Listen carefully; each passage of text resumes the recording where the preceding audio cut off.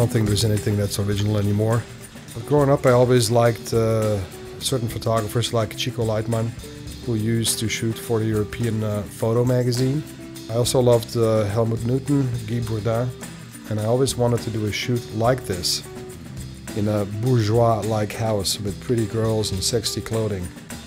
In this case, a blend of circus, vaudeville, gypsy, provocative, controversial.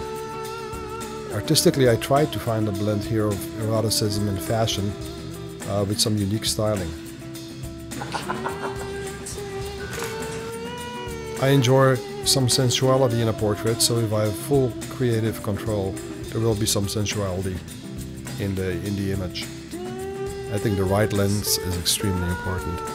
And I've found myself in the last couple, 3 years experimenting more with different lenses, in this case wide angle. Your typical portrait picture is shot with a 70 to 150 to 200 millimeter lens, and I tend to shoot a lot of portraits now with wide angle or ultra wide. And that's not uncommon in the fashion industry. That happens a lot. You know, the distortion becomes attractive.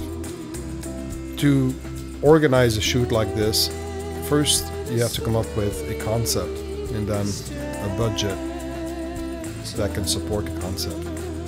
You have to organize the whole thing, meaning you get the models, you get the hairstylist, you get the makeup artist, you find the wardrobe, you find the accessories. The challenge is always to have all these people come together in one place at one given point in time and get them committed for 5 or 6 hours. And in the creative industry, that's not always an easy thing to do. The nice thing about digital photography is that one can handle a huge workload of images and post-produce them really fast. For example, I shot 980 images in about 3 hours time, and my final selection of 31 or 32 images, that selection was made in 3 hours after the shoot. I would like to shoot highly stylized portraits, come up with a concept or make it mainstream and accessible. Not just for celebrities in magazines, but shoot a portrait as if it were for a leading cutting-edge magazine. And then just have anyone have access to that portrait or to that type of photography.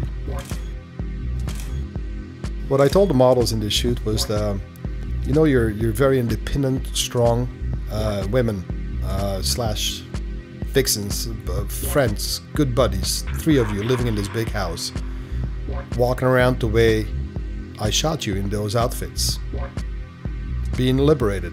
You don't need men in your life. You're just having a good time, the 3 of you together.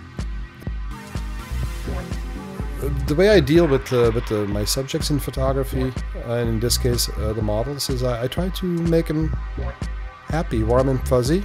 I'm very clear about what I'm trying to do. I want to make sure I don't offend their sensibilities. I want them to feel really comfortable and free and trusting.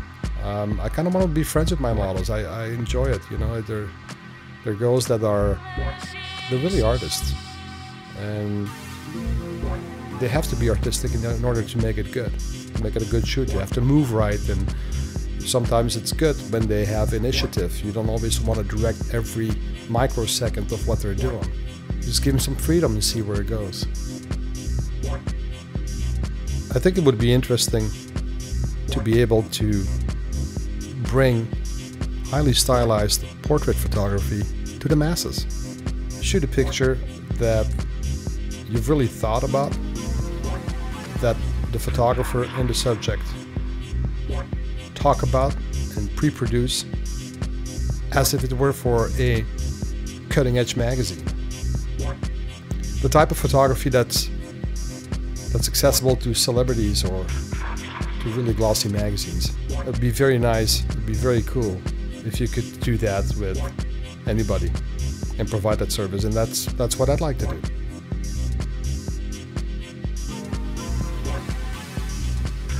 This type of shoot, you know, we put it together, we shot it in 3-4 hours. There's some really nice images that came out of it. You could see the before and after, and hopefully one can see that, hey, I could be one of these girls or one of these people, and we could put something together like that.